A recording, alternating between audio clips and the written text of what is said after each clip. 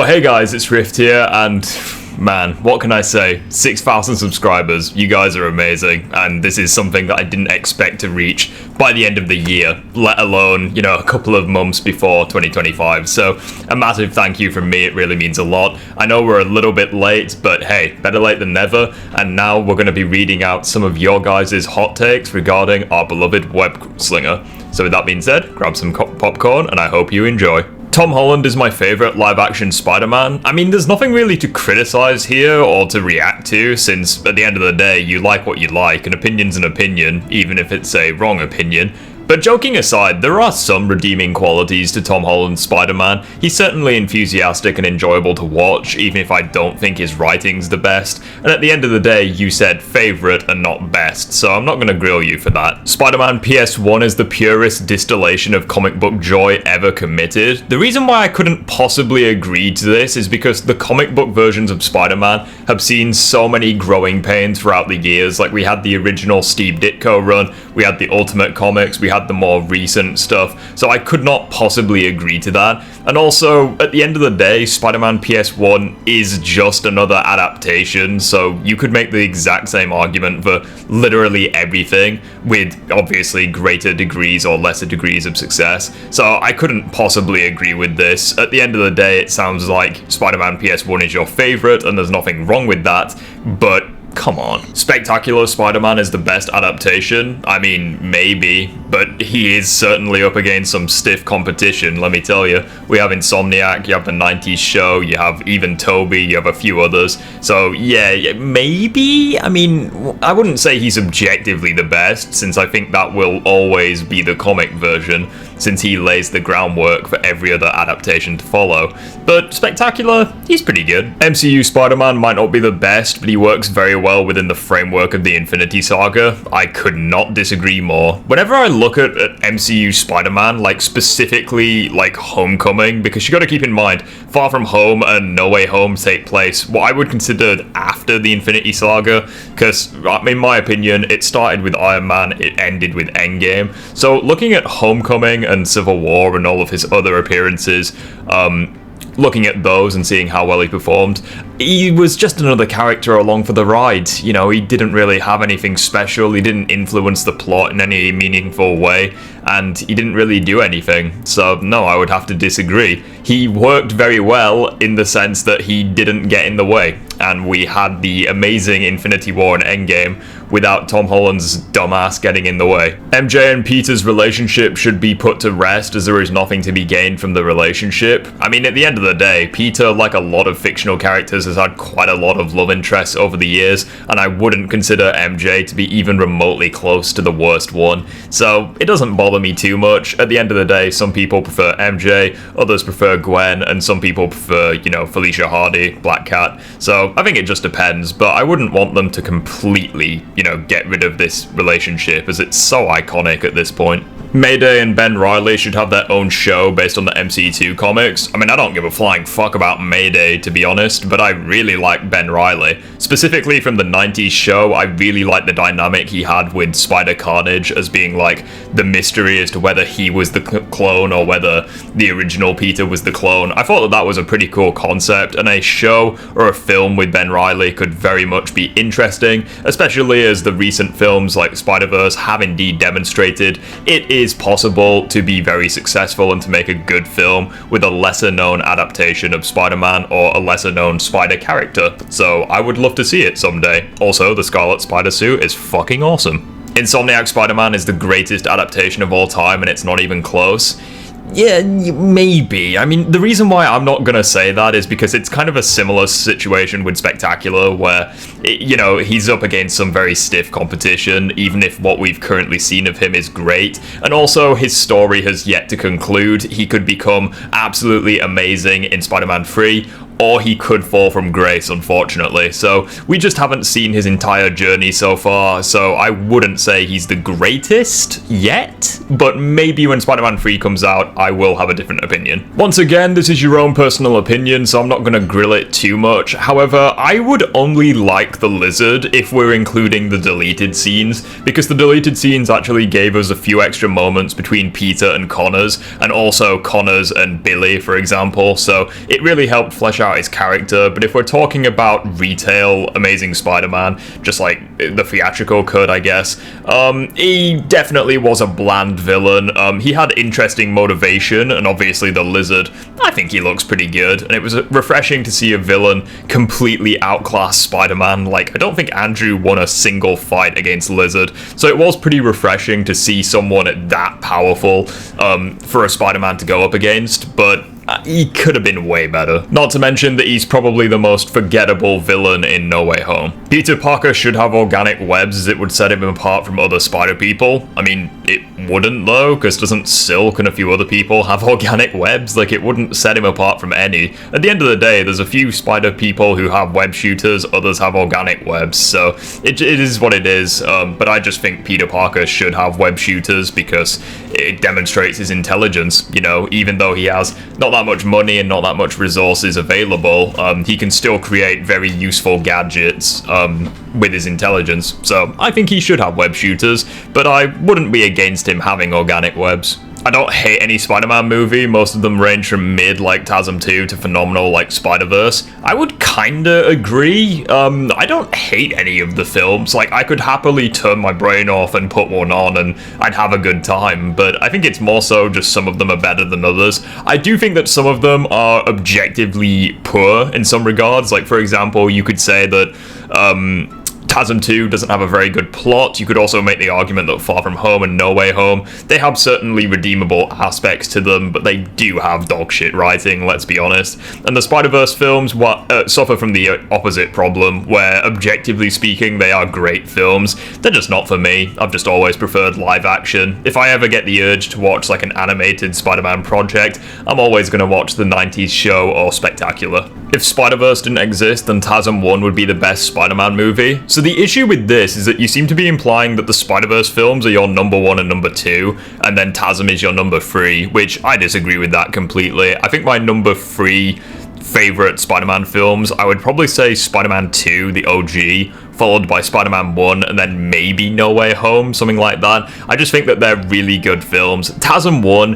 it had the potential to be awesome, but unfortunately they cut far too much content, and the end result was a very bland Spider-Man origin. It's such a shame, because when you look at the deleted scenes, they truly were awesome, and you can't fault Andrew Garfield's acting. Pretty much all the actors brought their A game, and the fact that they actually did some phenomenal behind-the-scenes practical work makes it all the more better. But it's just such a shame that all of that work went into a fairly bland finished project, because they just cut far too much. And obviously you guys know how I feel about the Spider-Verse films. I don't even think they're in my top 5 favorites, let alone number 1 and number 2. Straight to the point here, Miles Morales is Spider-Man. Yeah, I'd agree with that. Basically, all of the Spider-Man characters are indeed Spider-Man. Like, it sounds fucking stupid, but it's like, I don't get why people just specifically hate Miles, and they just act as though he's stealing Peter's thunder, or he's trying to force Peter out of the spotlight. I think the only reason they think this is because of either the Spider-Verse films, or the conclusion to Spider-Man 2, where Peter takes a break for a little bit. Obviously, he's returning, and it will be amazing to see in Spider-Man 3. But yeah, I've just never understood the hate for Miles. Tobey Maguire isn't the best Spider-Man. Yeah, I'd agree with that. The problem with Tobey is that I think he just missed a couple of what I would consider to be Peter Parker's character tropes. Like, he has, like, moments of anger and aggression, especially when provoked by someone like Green Goblin, but he is a bit of a pushover for the rest of the trilogy. In terms of his origin, I think it's near perfect, like, in the first film, and he has some really good action scenes and obviously all the rest of it. But the problem with an adaptation is there's just so much material to work with. You know, he had 3 solo films and then a cameo in No Way Home. I just don't think it's enough to justify him being the best. He's one of my favorites, but objectively speaking, yeah, he's not quite there yet. Aside from maybe Far From Home, MCU Spider-Man is very well written and works within the context of the MCU. If you live in a world where you're a kid and you see the Avengers fighting and you get superpowers, you're going to want to be like them and try to do good. The issue with that is that, yes, Peter exactly does that thing. You know, he gets his powers and for 6 months he does his own thing. The problem is that when he comes into contact with Iron Man, his entire motivation changes. And also, I don't like the idea of trying to make excuses for bad writing. Like, I appreciate the fact that you're saying within the context of the MCU, but if he's poorly written, he's poorly written. There's not really any excuse for that. And there are some definite issues with his writing. In Homecoming, it's not as bad because I think the film's plot is fairly consistent. But then Far From Home, and especially No Way Home, they are just complete fucking disasters when it comes to his writing. He goes through so many different waves of growth. Like, he will regress back into the whole, am I the next Iron Man or the first Spider-Man? And then in No Way Home, that's completely forgotten, and he is exclusively part of the Spider-Man crew. So he has just gone through so many fucking growth things as a character. He's regressed one moment and then progressed another. I just don't think he's very well written, and I think that anyone who claims that he's well written should honestly take a look at better Spider-Man stories. I like Spider-Man 3. Yeah, me too. I think it's one of the best Spider-Man films, 100%. It's better than the TASM films. In my opinion, it's better than the Spider-Verse films. That may get me crucified. It's one of the best Spider-Man projects I've ever seen. It's just a shame that the finished product was a little bit messy. TASM 1's theme is slightly better than the second one. I would disagree with that, but at the end of the day, music is subjective, so we all have our own tastes, so I'm not going to grill you too much for that. But again, I do prefer TASM 2's theme. It's just far more triumphant and matches the tone a little bit better.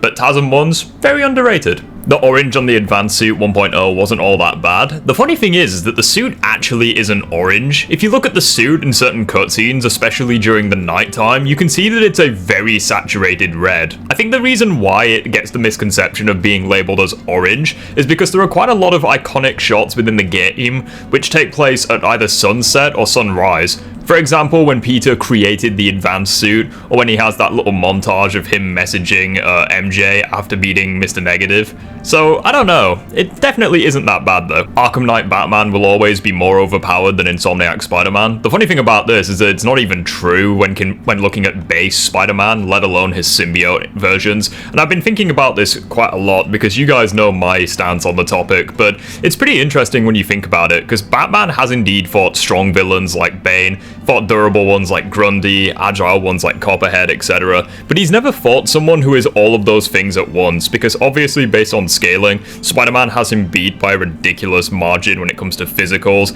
He's almost as smart as Batman. You could argue he's possibly smarter, or, you know, he's a little smarter, Batman's a little smarter, they tie, but the intelligence gap really isn't that big. Batman is the better fighter, but Peter has also fought top-tier fighters in his own verse, and he has an arsenal of gadgets that rivals, if not counters, Batman's. So when you look at everything, like, objectively, there really aren't that many advantages that Bruce has over Peter.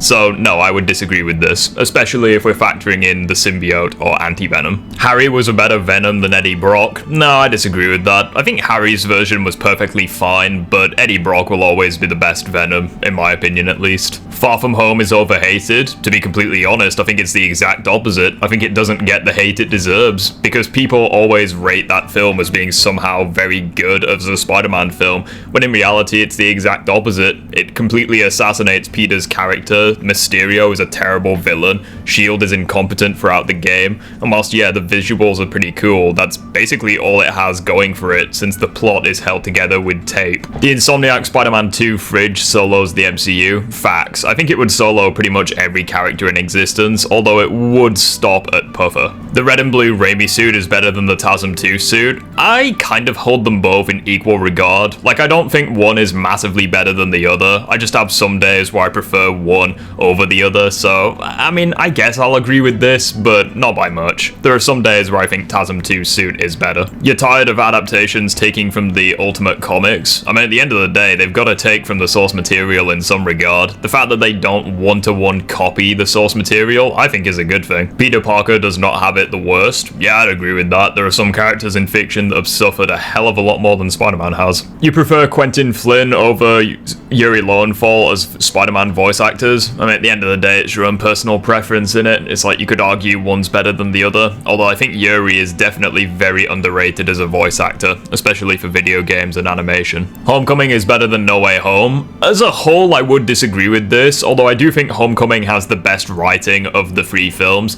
just because Far From Home and No Way Home, as much as I love No Way Home, there's no secret that the plot has glaring issues. It assassinates certain characters, it gives Peter ridiculous plot armor, and it also just completely neglects the development from other films to tie him into the other two Spider-Men. So I think No Way Home is the better film, but I think Homecoming has better writing, yes. Shout out to Dead Cow for giving me quite a few, and they're all related to the PS4 Spider-Man game. Crimes shouldn't be a necessity for 100%. I actually don't agree with this. I think that crimes are pretty good for 100%, especially since they're probably one of the best side activities in the game. The suspension matrix is the best gadget? Yeah, maybe. I mean, it's not my favorite, but there's no denying how OP it is. I guess it just recharges slower. That's kind of the deal breaker for me. Screwball is way worse than Taskmaster. I mean, I'm pretty sure we all agree with that one. The bonus XP from defeating enemies is by far the best suit mod as you can get to level 50 pre-Doc Ock. I mean, there is truth to that, but in terms of practicality in combat, it's easily one of the worst, since it doesn't give you any benefits at all. Turf Wars is the best DLC. I think it's between Turf Wars and Silver Lining. I think Heist is easily the worst because of how reliant it is on stealth, and also the fact that basically nothing happens in it. Prisoner camps are disappointing base styles compared to the rest. Yeah, I'd agree with that. They're just not all that impressive, and I prefer the demon bases and the Fisk hideouts personally. Taskmaster challenges are the best stealth missions due to the fact you can't go gun-ho. I mean, maybe. I think that's probably the main benefit of Spider-Man combat, the fact that you have the option of going gung-ho, and assuming that you're quick enough at it, you can still remain in stealth just by going all out. Spider-Man 3's Venom is better than Spider-Man 2, the game's Venom. That is certainly interesting. And the funny thing is that I almost agree. I only agree when looking at it from the perspective of Sam Raimi and his intentions, where the symbiote in that story was obviously, you know, a metaphor for alcohol addiction, drug abuse, as it usually is, but it's also the dynamic between Peter and Eddie and Spider-Man and Venom was completely shaken up, where Eddie Brock was kind of like the dark mirror to Peter Parker, and Venom is the dark mirror to Spider-Man, right down to having basically the same powers. So I think that it was executed pretty well, especially since he didn't even want to do Venom in the first place. But I don't know, I think Spider-Man 2's Venom just has a bit more going for him. Like, the design is better, his voice was way more intimidating, he had a bit more development, obviously. I'm kind of 50-50 on this one. Insomniac Miles sucks because of boring side missions, a boring story and villain, and everything to do with him has something political in it. We'll go through these one by one. His side missions aren't as good as Peter's, that's for sure, but then again, Miles Morales didn't have as much development as the PS4 game. The story and villain, I guess, are kind of boring, but at the very least, Tinkerer has, you know, sufficient backstory and, you know, build up, especially with her goals and motivation. And the last thing is just fucking stupid. Everything to do with him has something political in it. By all means, replay the PS4 game and please find anything political in there to deal with Miles. The same thing can also be said for his solo game and also Spider-Man 2. Like, what political thing is there with Miles' character? Please point it out to me. May as well get this one out the way, since it's pretty much the same as the other one. Spider-Man 2 is woke. No, it isn't, you fucking idiot. At the end of the day, having black people in a game and having women do something other than looking beautiful doesn't make the game woke in the slightest. It just develops the characters and makes them more interesting. I'm very sorry that you were upset that black people were in your Spider-Man game, but the rest of us with functioning brains can look beyond our basic prejudices. Spider-Man 2's plot was mid. Yeah, I'd agree with that. The plot is definitely the weakest part of the game in my opinion, because the gameplay is easily the best of any Spider-Man game, I would say. But so, yeah, the plot was definitely disappointing. Tom Holland's movies were pretty terrible. Yeah, I'd agree with that. Homecoming was boring and basic. Far From Home was a fucking train wreck, and No Way Home certainly had good moments with the soundtrack and especially the nostalgia, but its plot was held together with tape, as we've already gone over. I don't think that objectively speaking they were good films, even if they definitely had good moments. The Raimi films are very overrated. Tobey Maguire isn't a very strong Peter Parker, he's a bitch, and his Spider-Man delivery for jokes is too flat. Well, I know someone in my community who isn't gonna like that take, but let's go over this one by one. He isn't a very strong Peter Parker. I completely disagree with that, especially if we're looking at the first half of the first film, he is easily the best Peter Parker of the 3 live-action ones. And I would agree, like, this is a criticism I had earlier, where he just doesn't have, like, that much of a backbone, especially in 2 and 3, outside of the symbiote, obviously. And as for his jokes, I mean, humor is subjective, but it's like, I think he had a couple of really good one-liners, so it doesn't bother me that much, especially since, yes, the rest of his films are fucking magic. We're down now to the final 3. The MCU Iron Spider suit is not that bad and gets too much hate. Nah, fuck that, I hate that suit so much. It's definitely no comic Iron Spider. I think the main reason I dislike it is, number one, the fact that they try having, like, Spider-Man texture with the iron plating. It just looks so out of place, but also the logo is absolutely awful. I fucking hate the logo so much. So yes, I wouldn't say that it's a good suit or even an okay suit. The one redeeming factor is the spider arms. If it didn't have that, it would probably be the worst suit of all time in my opinion. Spider-Man has barely any good suits. I find this very difficult to take seriously, considering he probably has the largest variety of suits out of any superhero ever, aside from like Batman or Superman maybe. So I don't know, I mean, it is your subjective opinion, but it's like he definitely has some good suits, even if you don't like them, especially with how fucking many they have. I mean, seriously, you're spoilt for choice. And the final one for today's video, making Peter Parker a firefighter in Spider-Man 2 is stupid. No, it isn't. It's literally what Peter does. It's like, even in the first game, you could argue he was a firefighter by throwing himself into a burning building to save innocents. It's something that Spider-Man would do within character, so I don't get why this is the case. It's like saying how it's stupid in the first game that he would quote-unquote help the police. It's like, yeah, that's something that Peter Parker does. It doesn't make him a cop, though. But that is the end of this episode of Hot Takes. If you want to see some of my own takes in the future, or if you want this to become a series, feel free to let me know down below. Feel free to subscribe to the channel if you haven't already, and join the Discord server, that'd be great. I thank you all for watching, and I will see you all in the next one.